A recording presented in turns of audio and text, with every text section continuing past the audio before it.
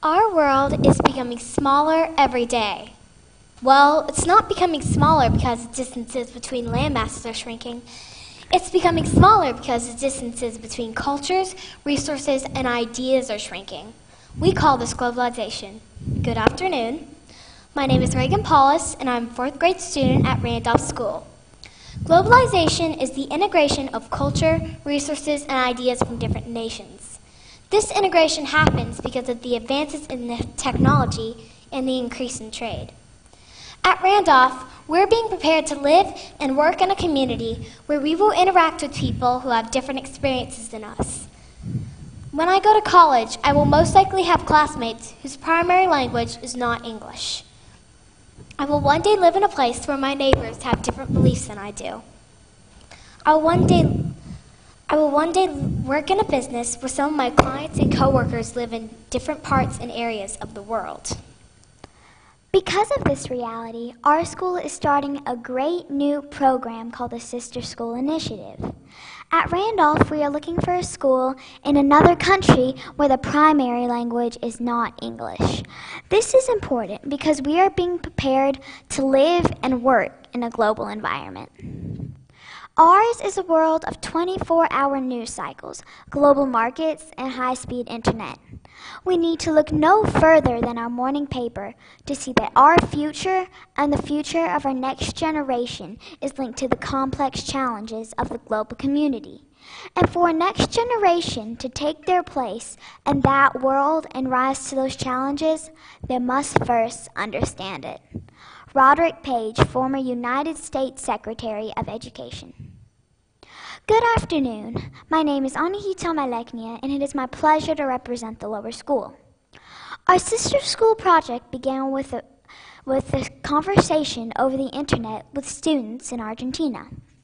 A few weeks ago, a class of Randolph School 3rd graders went into our Spanish classroom to conduct a Skype session with another group of 3rd graders all the way in Argentina, which is in South America. Anahita and I decided to come as well, just to experience what it would be like to interact with kids just like us in Argentina. I thought that their classroom might be smaller. Ours would probably look a little bit more modern, I predicted. When I entered the Spanish room, all ready for the Skyping session to begin, I saw many teachers. The school in Argentina is called the School of Agronomy.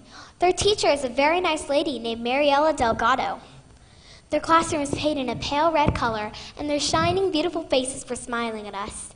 In Argentina, the people there speak Spanish. I take French lessons, so I felt a little awkward to see some of our students speaking a little Spanish to them. I didn't know what they were saying. I was surprised to discover that their classroom looked just as modern as ours, almost, but without a smartboard. The School of Agronomy is in Rio Cuarto, Argentina. Rio Cuarto is in the southern part of the province of Cordoba. The city has about 144,000 people. The city is known for its farming business. The school specializes in teaching students the skills needed to succeed in agribusiness. For about 15 minutes, the boys in the school talked in English, and then were assisted by their teacher who translated their Spanish into English. They told us about their school and subjects they studied, particularly English, for 6 hours a week. They also told us about their country, one of their plants called the calendula, and animals on their farm. Some of us even had the opportunity to tell them a little about ourselves. The students in Argentina were struggling to speak English just as well as our students, but that's okay. Because I thought it was interesting that they worked on their school's farm and planted plants at this age, only about 8 or 9 years old. They even knew how to take an ordinary plant and transform it into a medical lotion. I was also surprised at what they were wearing. I thought that they would be wearing less colorful outfits with buttons and shawls. Instead, just like our students, they were wearing uniforms. This Skype session was amazing. I think that it's important to get to know other schools from other countries because the kids there can teach us life skills. You can learn about their different beliefs and unique culture. It can remind us not only do all of our friends live in America, they can live all across the world. What an interesting experience to share information with students from a different country, culture, and race.